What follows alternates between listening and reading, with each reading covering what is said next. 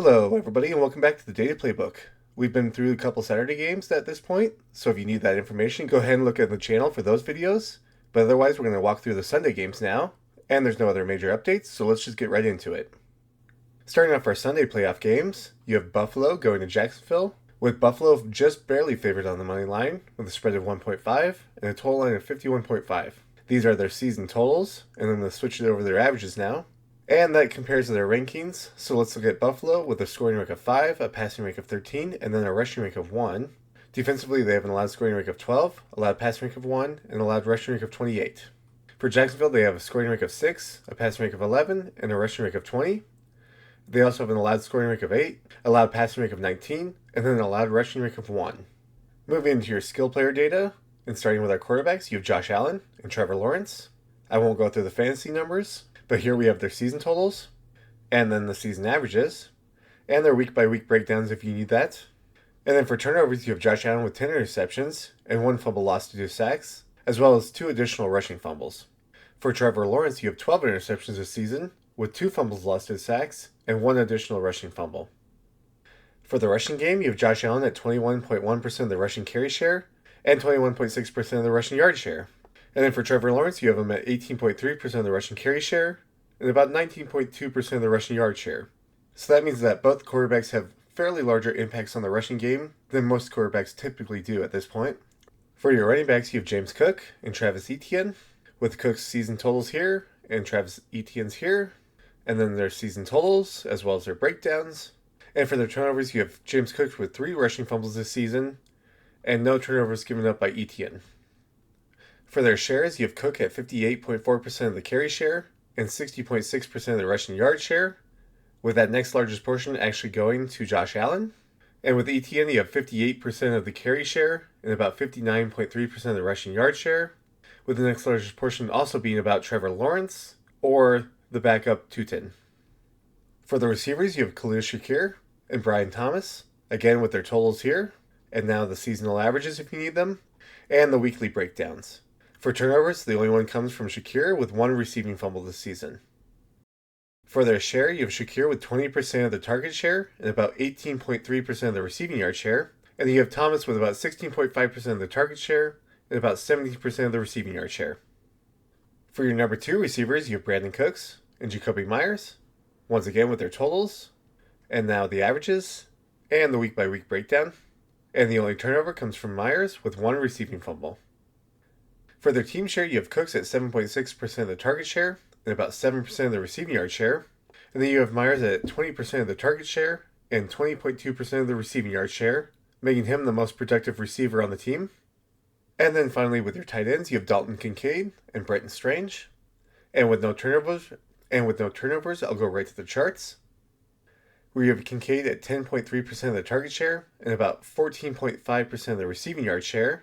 That does not make Kincaid the second most targeted receiver, but does give him the second most receiving yards on the team. For Brenton Strange, he's at 10.9% of the target share and about 13.1% of the receiving yard share. So that wraps up all your offensive individual data.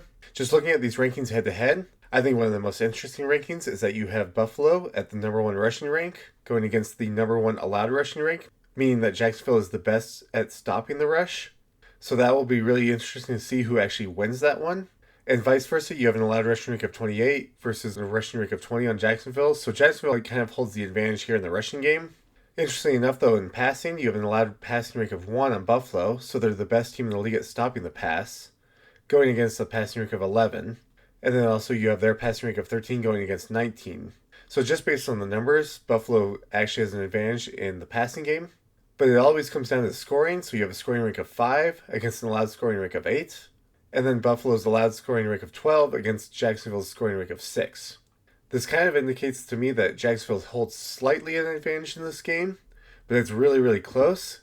Even the numbers indicate how close it would be, so it's really tough to tell. But additionally, being in playoffs and at home, I would slightly favor Jacksonville with the numbers. So now I'm just going to quickly show all the defensive information. I don't quite have all of this complete, so I'm just going to quickly flash it. So go ahead and pause the video and look at it in more detail if you need to, but otherwise I'm just going to quickly go through it. Starting with your left defensive ends.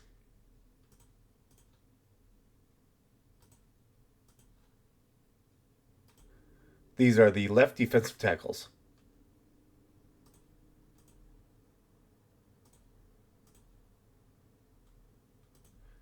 These are the right defensive tackles.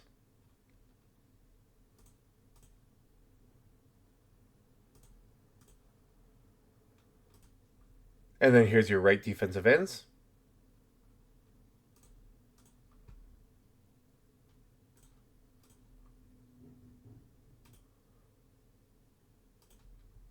The weak side linebackers.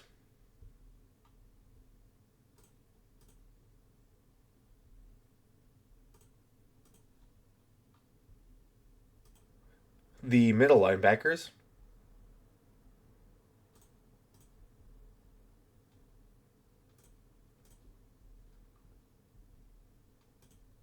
The strong side linebackers.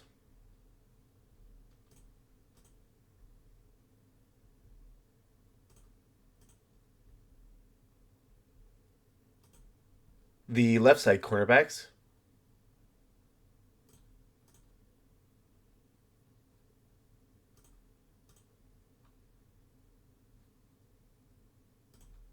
The strong safeties.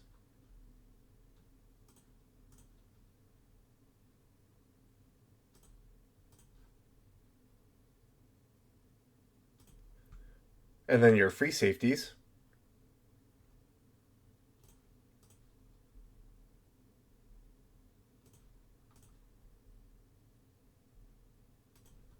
The right side corners.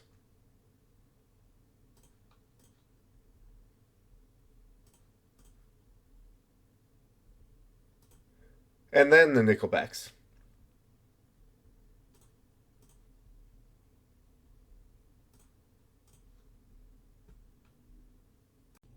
And that's all your data for that game. I hope that you enjoyed and got something out of it. And if you did, please leave a like and subscribe. And leave a comment on what other data you want to see in the future. But other than that, thank you so much for watching, and I'll see you for the next game.